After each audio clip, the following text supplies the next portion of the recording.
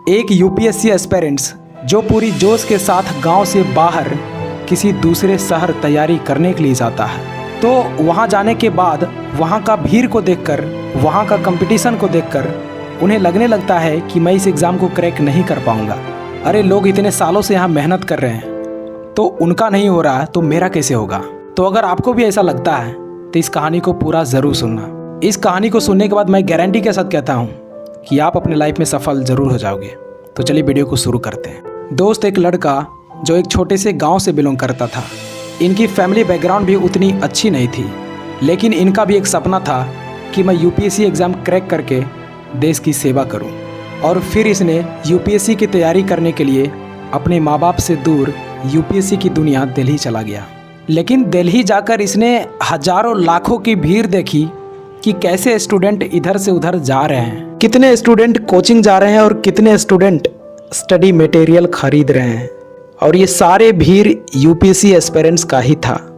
ये सब देखकर ये हताश हो गए, ये घबरा गए हैं। ये इतनी भीड़ को देखकर, इतने कंपटीशन को देखकर डिप्रेशन में चला गया और इनके दिमाग में सिर्फ नेगेटिव बातें चलने लगी।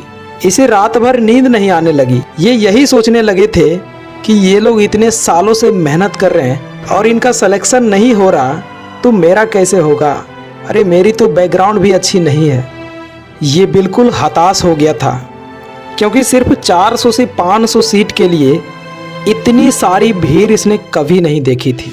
और ये बात हर नए एस्पिरेंट्स के माइंड में आता ही आता है।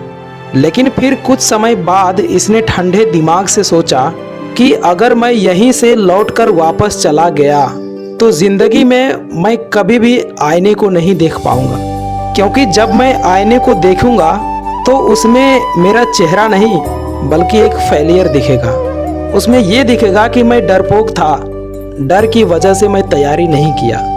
और मैं अपने माँ बाप से बोल कर आया हूँ, उन्हें सपना दिखा कर आया हूँ कि तेरा बेटा आईएएस बनकर ही लौटेगा, तो मैं बिना आईएएस बने कैसे चला जाऊँ। ये नहीं हो सकता। दोस्त, फिर इसके अंदर यूपीएससी क्रैक करने का जोश आ गया और इसी सोच के साथ तैयारी करना शुरू कर दिया। और इसने पूरी मेहनत और डेडिकेशन के साथ तैयारी करने लगा। और दोस्त, तैयारी करने के बाद जब इसने एग्ज़ाम दिया तो अफसोस, इनका प्री एग्ज़ाम ही क्वालिफाई नहीं हो पाया। और इसे एक बड़ा झटका लगा और सोचने लगा कि जिस एग्ज़ाम को क्लियर करने का सपना लेकर आया था और इसका पहला ही एग्ज़ाम में मैं फ़ेल हो गया। और दोस्त, जब ये फ़ेल हुआ ना तो इसके घर के आसपास वाले लोग ताना देना शुरू कर दिए। वो कहने लगे कि तेरे बेटे से यूपीएससी नहीं निकल पाएगा, तुम क्यों सपने बड़े देखकर यूपीएससी की तैयारी करने के लिए दिल्ली भेज दिया, उससे कुछ नहीं हो पाएगा। दोस्त, ये सब देखकर ये लड़का पूरा टूट गया और फिर इसने खुद से कहा कि कोई बात नहीं, अपना टाइम आएगा, मैं एक दिन यह ताने को तालिया में बदल कर ही रहूँगा। और दोस्त, इसने इस साल किए गए गलतियों को सुधार करके दुगनी मेहनत के साथ तैयारी करना शुरू कर दिया। और इसका परिणाम यह निकला कि इसने प्री मेंस अपने दूसरे ही अटेम्प्ट में पास कर गया और अब सिर्फ इसका इंटरव्यू ही बाकी था। लेकिन जब यह इंटरव्यू देने के लिए जा रहे थे तो इनके माइंड में सिर्फ नेगेटिव थॉट ही चल रहा था कि यार अगर सिलेक्शन नहीं हुआ तो क्या होगा, अगर मैं जवाब नहीं दे पाया तो क्या होगा। मतलब इसे खुद के ऊपर भरोसा नहीं रहा था। इसने अपना सेल्फ कॉन्फिडेंस खो दिया और इसने जैसे तैसे करके नर्वस में ही इंटरव्यू दे दिया। और रिज़ल्ट का इंतज़ार बहुत उम्मीद के साथ कर रहे थे, ये सोचकर कि चलो इंटरव्यू तो ख़राब गया लेकिन कोई न कोई छोटा पद तो ज़रूर मिल जाएगा। लेकिन दोस्त, जब रिज़ल्ट आया तो ठीक उसका उल्टा हो गया, लिस्ट में इनका नाम ही नहीं था। इसके बाद ये लड़का खुद को संभाल नहीं पाया, इनका सारा सपना चूर चूर हो गया और इनके साथ इनके माँ बाप का भी सपना टूट गया। और एक तरफ ये और दूसरे तरफ इनके माता पिता रो रहे थे, क्योंकि एक मिडिल क्लास फैमिली के पास ज़्यादा चांस नहीं मिला करता और इसे 2 अटेम्प्ट मिले थे, क्योंकि एक मिडिल क्लास फैमिली दिल्ली का खर्च कैसे उठाते हैं ये सिर्फ एक मिडिल क्लास फैमिली ही समझ सकता। दोस्त, इस दुख की घड़ी में इस लड़के को हौसला देने वाली इनकी माँ थी। इनकी माँ ने बोली कि बेटा इतना आगे निकल गया है और आखिरी पड़ाव पे आके तुम्हारा रिजेक्शन हुआ है, बेटा एक लंबी छलांग मारो और अगली बार तुम्हारा सिलेक्शन कोई नहीं रोक पाएगा। ये एक माँ का आशीर्वाद है बेटा।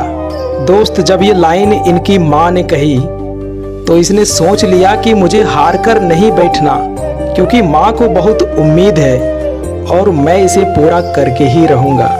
दोस्त, इसने फिर से दिन रात करके तैयारी करना शुरू कर दिया, क्योंकि एक एग्ज़ाम के चलते अपने माँ बाप के आंखों में आंसू आना ये कोई बर्दाश्त ही नहीं कर सकता।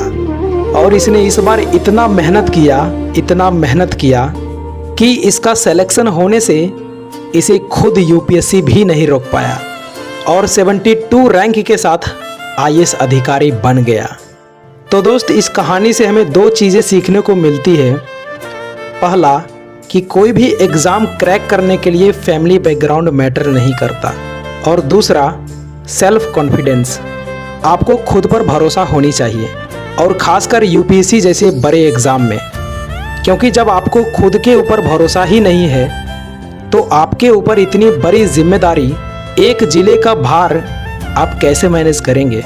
और अंत में मैं आपसे एक ही बात कहना चाहूँगा कि कभी भी असफलताओं से घबराकर हार मत मानना, क्योंकि आपकी हार ना मानने की आदत ही एक दिन जीत का आदत बन जाती है। तो ये इंस्पायरिंग स्टोरी आपको कैसा लगा कमेंट सेक्शन में ज़रूर बताइएगा। एंड अब पूछेंगे इनका नाम क्या है, तो इनका नाम है दिलीप प्रताप सिंह शेखावत। तो आई होप ये स्टोरी आपको पसंद आया होगा, एंड पसंद आया तो एक लाइक कर देना, चैनल पर नए हो तो सब्सक्राइब कर देना। मिलते हैं अगली वीडियो में, तब तक के लिए जय हिंद, वंदे मातरम।